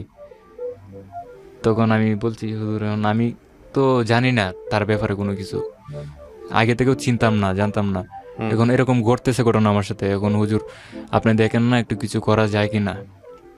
তখন হুজুরে আমাকে অনেক আদর করতো, তুমি যেহেতু আসছো, আচ্ছা তুমি কিছু জিনিস চাইছো উনি, ধরেন পরীক্ষা করার জন্য, আমি দিলাম পানি টানি, বলতে তুমি আমি একটু দেখবো তাকে কেউ কিছু করছে নাকি। হুম। আমি হুজুরকে আমি একটু শক্তি দিয়ে বলছি যে আপনি দেখেন হুজুর আমার মনে হয় ওকে কেউ কিছু করছে। তারপর হুজুর পরীক্ষা করার পরে বলতেছে হ্যাঁ তোমারটা ঠিক আছে, ওর উপরে মানে একজনের জাদু করছে। হুম। কিরকম জাদু করছে? তোমার যে বাড়ি, তোমার যে ঘর, তোমার যে সীমানা, এই সীমানা তার একদম ভালো লাগবে না। এই সীমানা তার জন্য মানে একদম, তুমি যদি একটা মিষ্টি কথা বলো সেটা তার জন্য তিতা হয়ে যাবে, একটা ভালো কথা বললে এটা খারাপ হয়ে যাবে। এরকম তাবিজ করা হয়েছে, একটা জাদু করা হয়েছে, মানে ওর বাড়িতে সবসময় থাকতে চাইবে ও, মানে তোমার বাড়িটা একদম সে ক্যান্সেল, মানে কোনোভাবে তুমি রাখতে পারো না, এরকম জাদু করা হয়েছে যেন তোমার। তখন আমার যে ধারণাটা ছিল আগে সন্দেহ, সেটা আমি মানে পুরোপুরি ঠিক পাইলাম যখন হুজুরে বলছেন। তখন আমি হুজুরে বলছি সে হুজুর এটা কী করা যায়? এটা তো বিশাল বড় একটা কাহিনী, যে এরকম মানে জাদু করছে, এটা তো আমার দ্বারাতে সম্ভব না এটা, কারণ ওই জাদুর উপরে কোনো জাদু নেই। আমি বলছি তখন হুজুর জাদুটা যে করা হয়েছে, আপনি যেই মানুষটা করছে জাদুটা, ওই মানুষটার নাম আমাকে একটু বলতে পারবেন? তখন উনি বলতেছেন না আমি নাম বলতে পারবো না। আমি অনেক চেষ্টা করছি ওনার কাছ থেকে, কিন্তু উনি বলবেন না, হুম। কারণ উনি ভাবছে যদি আমি কোনো কিছু করি ছেলেকে, যদি কোনো হয়ে যায়, এই জন্য আমাকে বলতেছে না উনি, তুমি যত কিছু বলো তোমাকে নাম বলা যাবে না। তারপর তো কিছু করার নেই, আমি চলে যাই। কিন্তু ওইটা মানে একটা বিষয় শিওর হয়ে গেল যে তাকে জাদু করছে একজনে। তারপর হুজুর এক বলছে তুমি পানি নিয়ে আসবা, তেল পরা নিয়ে আসবা, এগুলো আমি দিয়ে দেবো, গোসল টুসল দিবা, তুমি ভালো হয়ে যাবে। তাকে তুমি বলবা নামাজ পড়ার কথা, করার কথা, তারপর হুজুরের কথা মতো খাসখোলা করলাম। আমার মা তাকে কুরাম শরীফ আইনা দিল যায় নামাজ পড়ার জন্য। আমাদের পাশে মাদ্রাসা আছে, বলছে তুমি নেক্সট টাইমে সকালে বিকালে তুমি মানে ওনার কাছে যায় একটু পড়বা তুমি নেক্সট টাইমে। বুঝছি, উল্টাপাল্টা অনেক কিছুই করছেন। এই সিচুয়েশনে আসলে মানুষ অনেক কিছুই জি। করে। যাই হোক, হ্যাঁ, তারপরে জি। কি দাঁড়িয়েছে আর কি? এভাবে সে তো রাগারাগি করে, সে আমার কথা মানতে চায় না কোনো দিক দিয়ে। তারপরে এক পর্যায়ে আমি সরাসরি একদিন আমার শ্বশুর আমার বাড়িতে আসে কিছুদিন পরে, সরাসরি আমি যেটা আমার ফ্যামিলি বলতে চায় না, আমি একটু বলে ফেলি আমার শ্বশুরকে যে সে তো এরকম করতেছে, একটু জিজ্ঞেস করেন সে কেন এরকম করতেছে। তারপর আমার শ্বশুর আর কোনো কথার উত্তর দেয় নাই, ওইখান থেকে চলে যায় আমার বাড়ি থেকে। যাওয়ার পরে বাড়িতে যায় উল্টাপাল্টা বলতেছে, কইতেছে ছেলে তো বেয়াদব, মুখে মুখে কথা বলে। কে বলছে এটা? আমার শ্বশুর, হুম। যে আমার মেয়ের বিষয় না সে আমার কাছে কথা বলে, হ্যাঁ এই বিষয় আর কি। তো এক পর্যায়ে আমার বাবার কাছে বিচার দিছে, আপনার ছেলে তো ভালো না, বিচার দেয় এই সেই হুম। কত কিছু, গভীরভাবে সম্পর্ক হয়ে যেতেছে। হুম। তখন ওই ছেলের বিষয়ে আমি জানলাম ওই ছেলে একটা বিয়ে করছে, ও একটা সন্তানও আছে তার ওই ছেলে। কারণ ওই আমার স্ত্রীর জন্য পাগল ছিল। হুম। এক পর্যায়ে অনেক কিছু হয়ে গেছে ঝামেলা, ছেলে আত্মহত্যা করবে তাকে বিয়ে না করলে, তাকে না পেলে। তখন তার বড় ভাইয়ে ফ্যামিলি সবাই তাকে বিয়ে দেয় ওই ছেলেকে। সেই স্ত্রীর ঘর থেকে তার একটা কন্যা সন্তান আছে। হুম। এখন এগুলো থাকার পরেও সে আমার স্ত্রীর পিছনে সে আছে ডিস্টার্ব। আচ্ছা আচ্ছা। তখন আমি মানে একটা কষ্ট পাইতেছি খুব, আমি কেমনে কি করি। ওইটা মানুষে জানলে তো খুব খারাপ, অল্প সময়ের ভিতরে কার কাছে বলবো, কি করবো আমি। এভাবে থাকতে থাকি। তারপর আমার ক্লোজ বন্ধু আছিল, তার কাছে আমি শেয়ার করছি বিষয়টা, হুম। যে বন্ধু এরকম বিষয়। তখন বলে দেখো এটা তো কিছু করার নাই, সব উপরওয়ালার ইচ্ছা, তুমি ধৈর্য ধরো, তুমি ভালো একটা কিছু পাইবা। তারপর এভাবে কিছু করার নেই, এভাবে থাকতে থাকি। তার টর্চারিং আমি সহ্য করি। তারপর এক পর্যায়ে দেখা যায় ওই ছেলের সাথে কথাবার্তা বেশি হয়। আমি বাইরে গেলে আমি ফোনটা অনেক সময় হাতে নিই, তো অনেক সময় ফোন হাতে নেওয়ার জন্য দেয় না, মানে মানে হাতাহাতি হয়ে যায় তার সাথে আমার। হুম।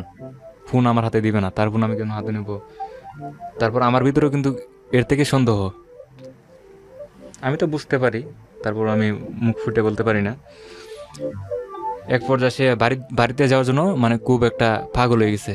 ওই যে বললাম না ওই ছেলে জাদু করছে যেন আমাদের বাড়িতে বেশিক্ষণ না থাকতে পারে, কারণ ওইদিকে গেলে ওই ছেলের জন্য সুবিধা। আচ্ছা। মানে ওই জায়গাটা এলাকাটা তার, কেউ কিছু বলবেও না। তারপরে এইভাবে ওইতে থাকে। আর লোক মানুষ তো দেখলে পরে আমার কাছে বলে, শুনি, বিশ্বাস করি না, তখন বিশ্বাস করায়। নিজের চোখে দেখলে তো সব কিছু বিশ্বাস করা যায়। তারপর দেখতেছি, জানতেছি।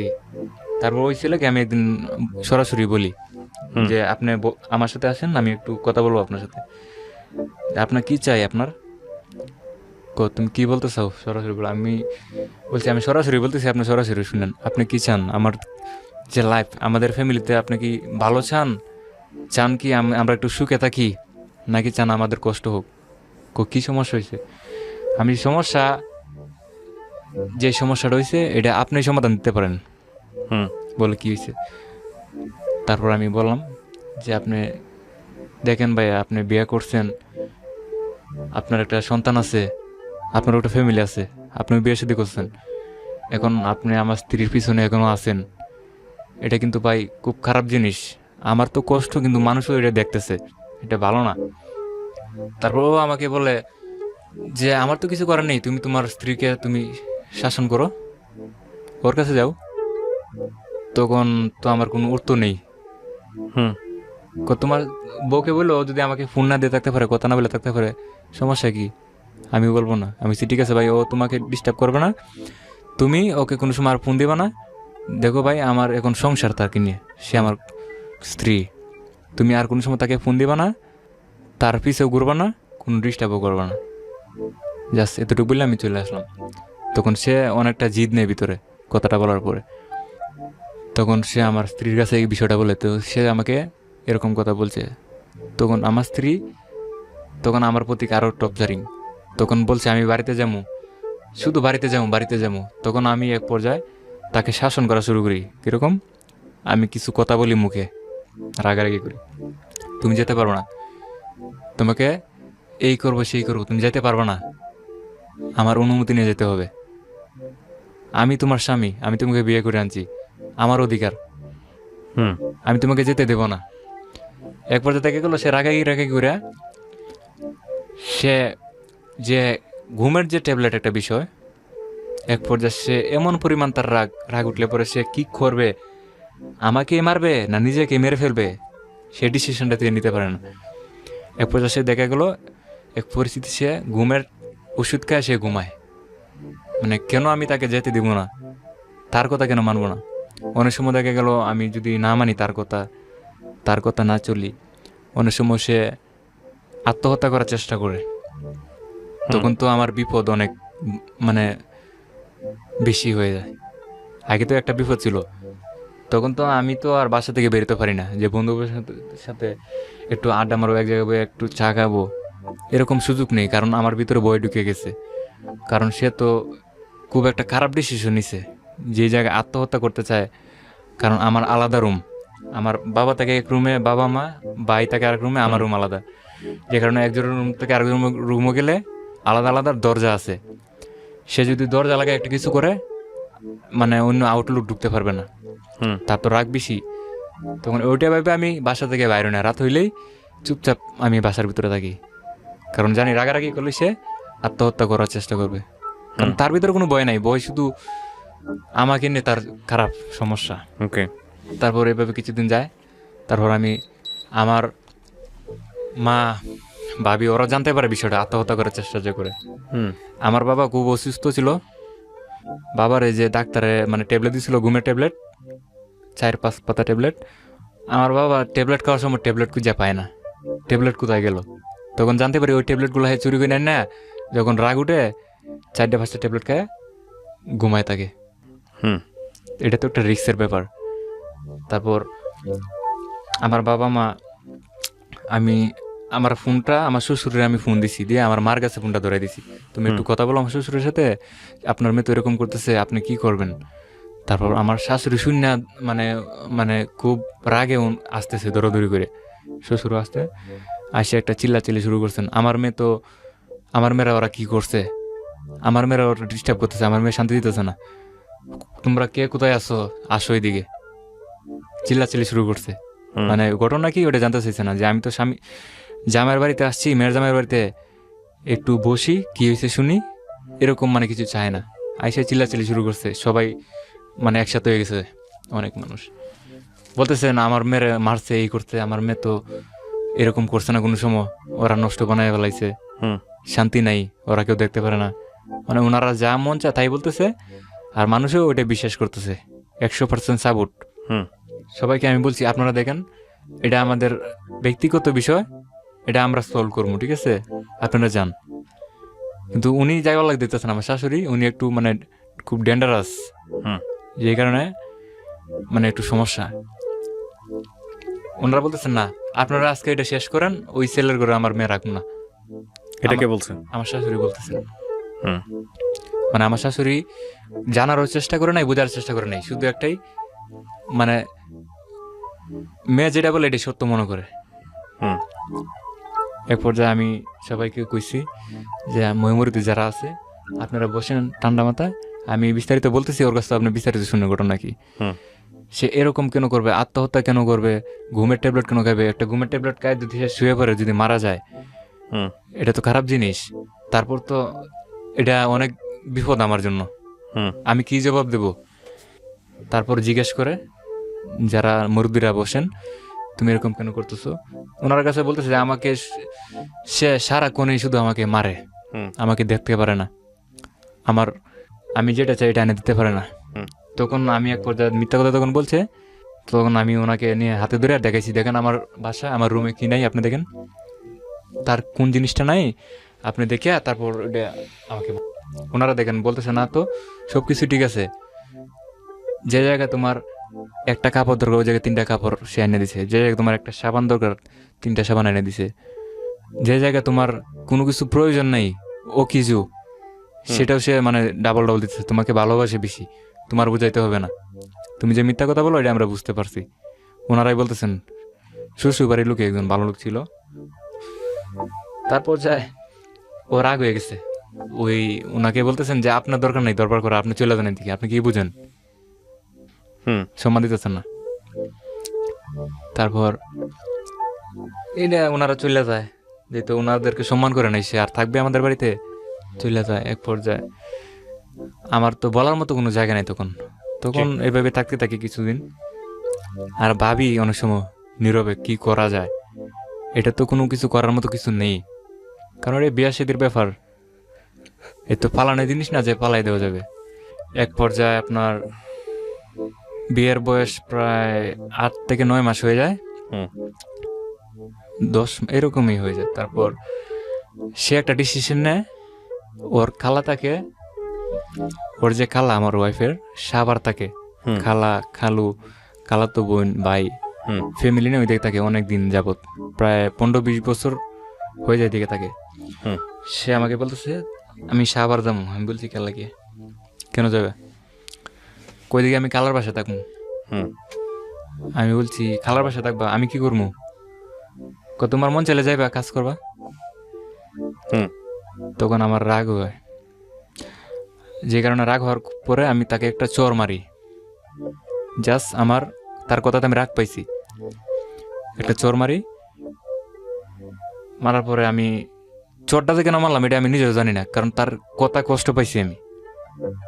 সে যে ডিসিশনটা নিছে তোমার ভালো লাগলে যাইবা না গেলে নাই, আচ্ছা, এই কারণে আমি চর মারি। চর মারার পরে আমি নীরবে যায় কান্নাকাটি করতেছি, আজকে কেন সে এরকম করতেছে পাগলামি, এত বড় প্ল্যান, আর আমি কেন তাকে আজকে চর মারলাম, নিজের নিজে বুঝাইতে পারতেছি। তারপর আমার মা থাকেন ওই যে আমার খালাতো ভাই তাকে একজন স্কোয়ার মাস্টার বাড়ি, তখন আমার মা বাড়িতে নেই, আমার খালাতো ভাইয়ের বাসায় থাকে। আমার ভাইয়ের 2টা বাচ্চা আছে, ওদেরকে দেখশন করে আর কি।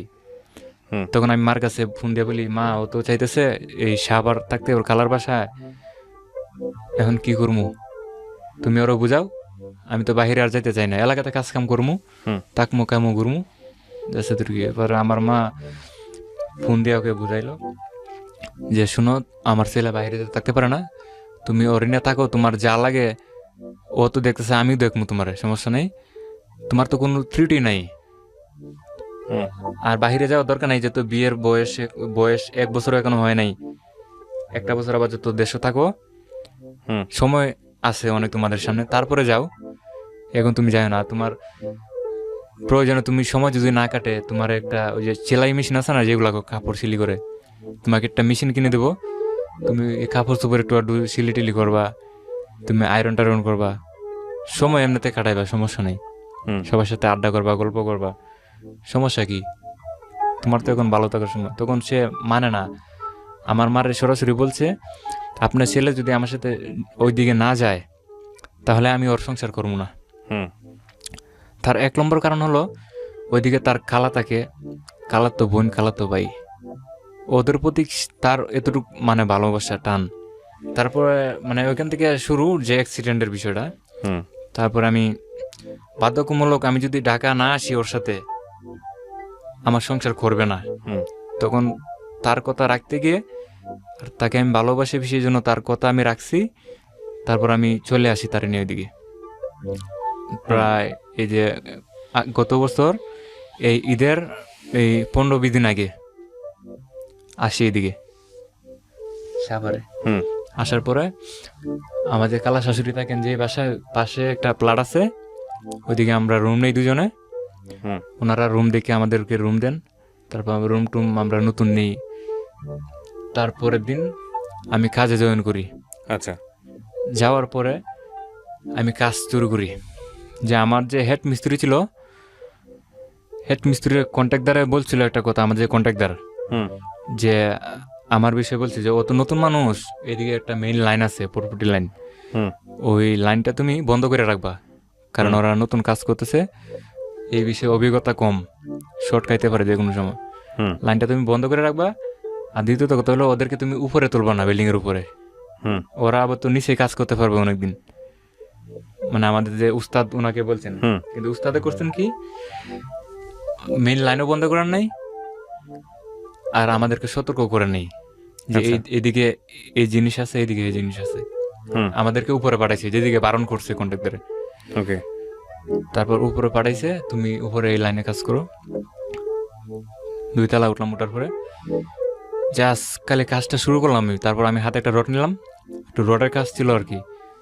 তখন আমি রডটা সোজা করলাম, সোজা করার উপরে আমার মাথার উপরে মেইন একটা 4 ফুটের লাইন, যে লাইনটা ছিল 33,000 ভোল্ট। ওহো। ওকে প্রিয় শ্রোতা, ছোট্ট একটা বিরতি নেবার আগে আপনাদের সবার জন্য বলছি, ঢাকা এফএম এর আরও একটি ইউটিউব চ্যানেল যেখানে আপনারা আমাদের এই অনুষ্ঠানগুলোর ভিডিও কন্টেন্ট দেখতে পাবেন। আপনারা সবাই চ্যানেলটি সাবস্ক্রাইব করুন। আমাদের চ্যানেলটির ঠিকানা হচ্ছে www.youtube.com/ilovedhakafm। আমার এই অনুষ্ঠানগুলোতে যদি আপনি অংশগ্রহণ করতে চান, আমাদেরকে ফোন করবেন। আমাদের ফোন নাম্বারটি হচ্ছে 09611904904। আমি আবারও বলছি 09611904904। ওকে, ছোট্ট একটা বিরতি। জীবন গল্প, জীবন গল্প, জীবন নাটকের চেয়েও নাটকীয়।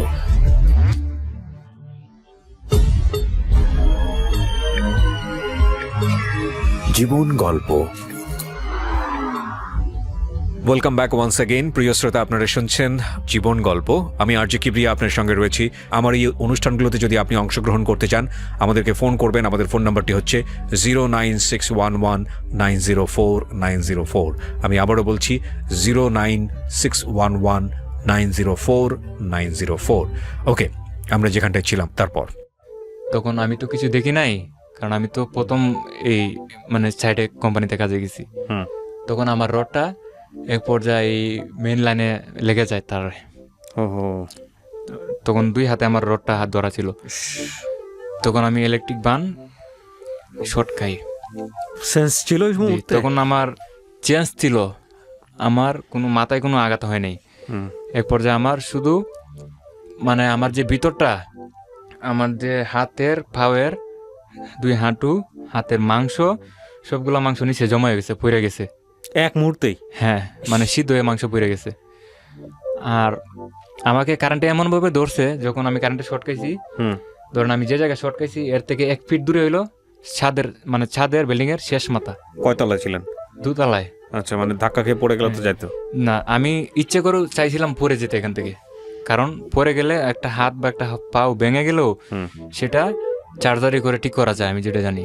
কিন্তু পুড়ে গেলে কোনো কিছু সেটা পরবর্তীতে ঠিক হয় না। এই বিষয়ে আমার অভিজ্ঞতা। তো আমি চাইতেছি আমি নিচে পড়ে যাবো, অথচ আমি চেষ্টা করতেছি, কিন্তু আমাকে যে মেন লাইনে আমার ধরছে, আমি এই লাইনের কাছে যেরকম একটা পিঁপড়ে যদি আমি পাড়া দিই, ওইটা সরতে পারবো না। তখন আমার এই পরিস্থিতি, আমি যত চেষ্টা করি আমি শুধু চিল্লাপাল্লা করতেছি, অথচ আমি জ্ঞান হারাও হয় নাই।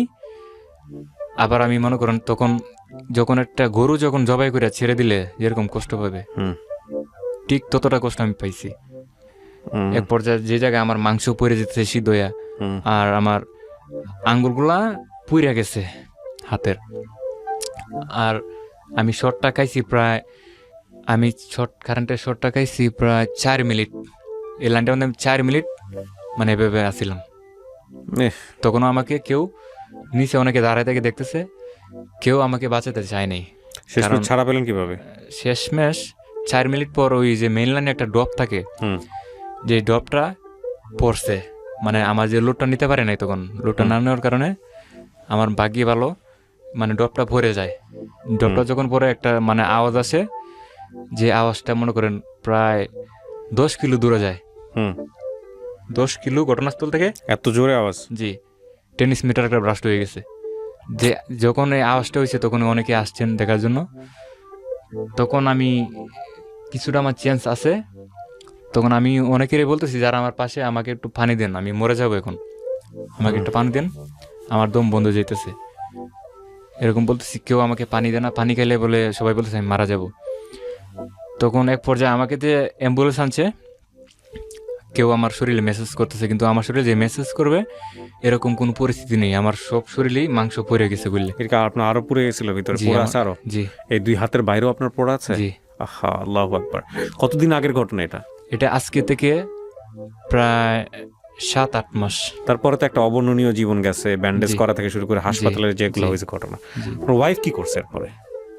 ওয়াইফ তখন ওয়াইফের আমার জায়গাটায় আসে নাই তো? জি, যখন আমার অ্যাক্সিডেন্ট হয় তখন সে তার বান্ধবীকে নিয়ে ঘুরতে যায়, খবর পাইছে হুম যখন আমি কারেন্টে শর্ট খাইছি। আমার সাথে একটা ছেলে ছিল হেল্পার, ওর কিছু হয় নাই, মানে হুম। আগার টাইম পাইছি বেশি।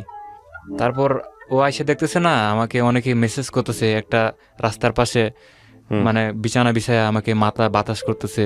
হুম কিন্তু আমার মানে এরকম মনে হইতেছে যে আমি কিছুটা সময় থাকতে পারি, এরপরে আমার মানে মৃত্যুর সময় আসে পড়ছে। হুম কোনোভাবে সম্ভব না, কারণ আমাকে যে একজনে ধরে আমাকে গাড়িতে নিয়ে উঠাবে এরকম ধরার মতো জায়গা নেই।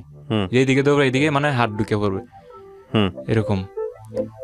যে আমার যে গায়ে কাপড় ছিল, কাপড় চোপড় পুড়ে গেছে সব, হুম মানে প্যান্ট গেঞ্জি পুইরা শরীরে লাগিয়ে গেছে।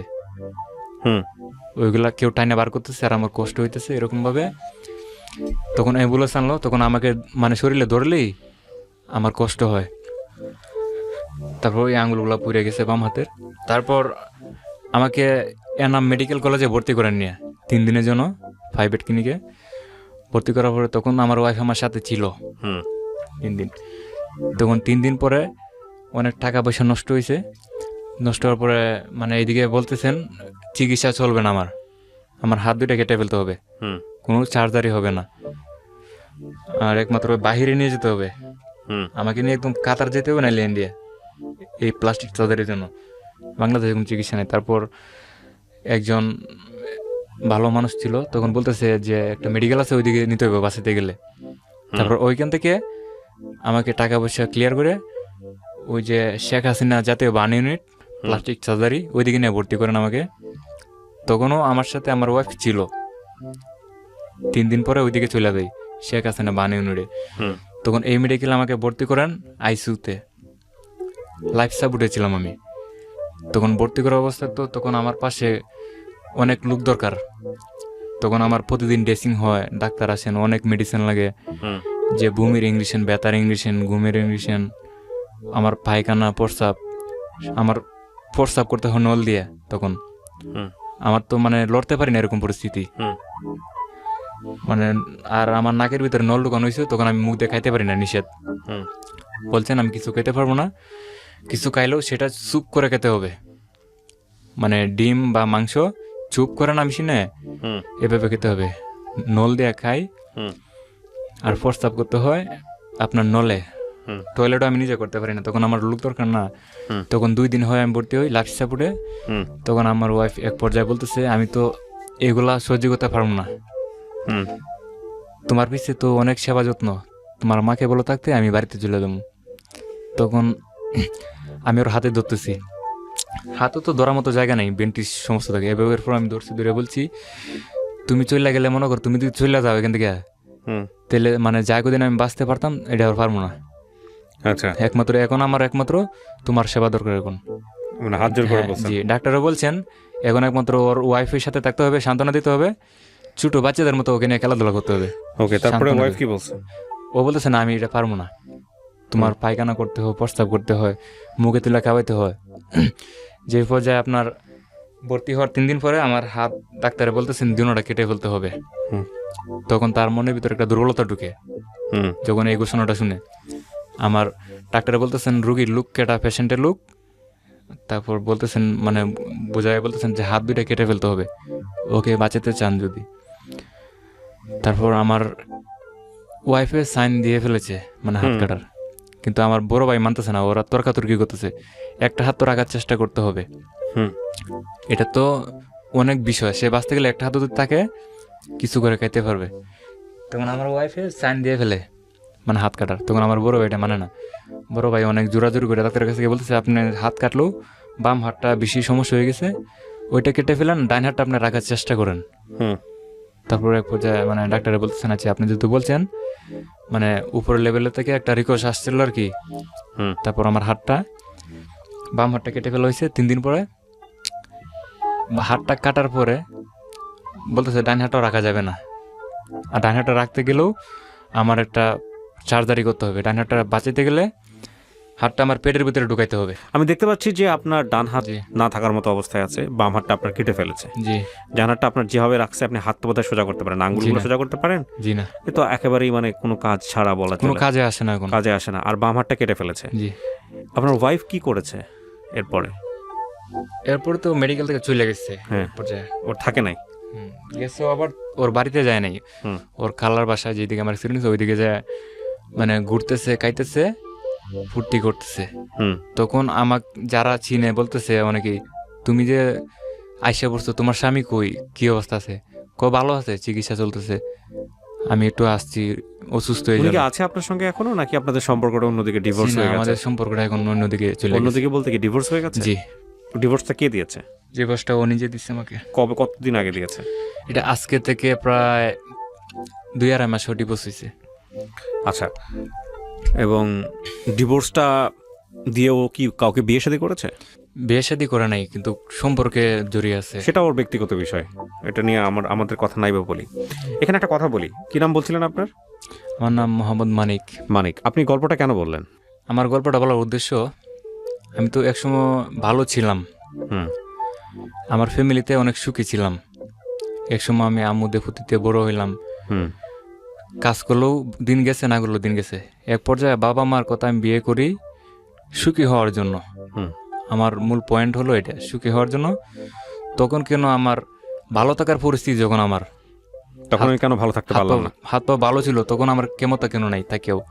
একটা কথা আছে, জি। খুব সুন্দর একটা কথা আছে, সুখের লাগিয়া এ ঘর বাঁধিনু অনলে পুড়িয়া গেল।